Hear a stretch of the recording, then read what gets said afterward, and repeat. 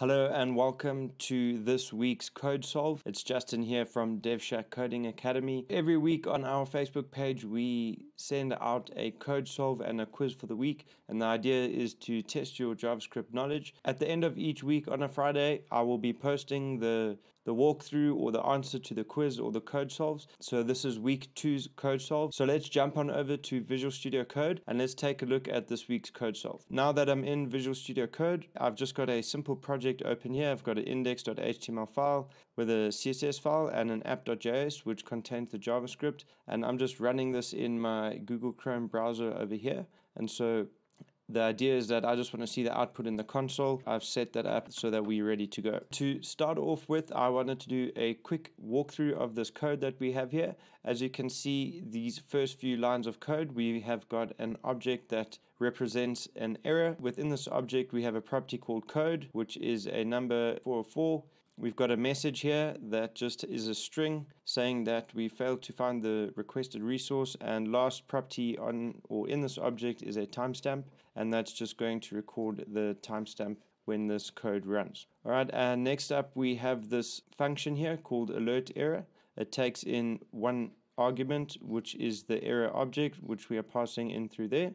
And so bottom of this code file here, I've got the function declaration. You can see alert error is declared here, and what we're doing is we're destructuring this object over here and we're pulling out the code and the message. This is getting a bit messy, but once that's destructured, we just console log and we use our template literal syntax to construct a string here, and we pass in the code and the message. So pretty simple piece of code, and this week's code solve was a very simple question asking you to predict what the output of this code was going to be. It may seem pretty simple, and the reason why I've used this piece of code is I wanted to highlight something quite important here. The easiest thing to do here is to run the code and see what we get out into our console.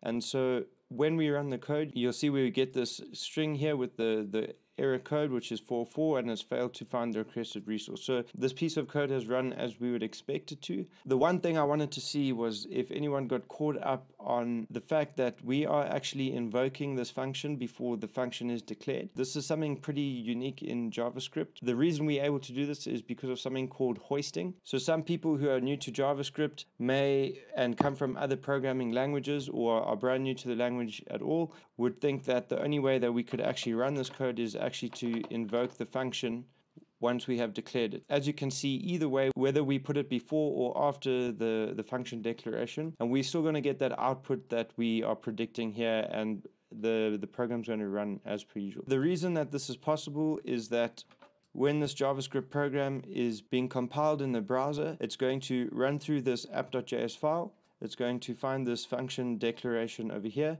and it's essentially going to hoist it to the top. And so in a way, we could pretend that this function declaration is always going to be at the top of this file. And so when we call it over here, due to the hoisting that occurs here, by the time this line of code runs, the function has already been compiled within the file. To show you just one other thing, I'm going to copy and comment this out. And I just wanted to show you, if you had to use the new arrow syntax, and we turn this into an arrow function, the only thing I've changed is I've changed this function declaration from the older syntax to the newer arrow function syntax.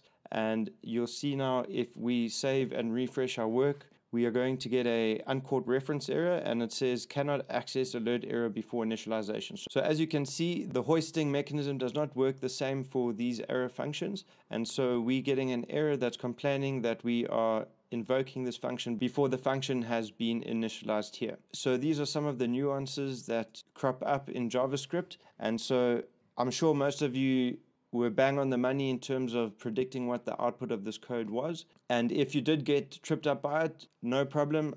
This is why I'm doing these kind of things, to make you understand and become aware of these kind of nuances in JavaScript. So that's it for this week's code solve. I hope you've learned a lot, and I'll see you on in the next week code solve. Cheers for now.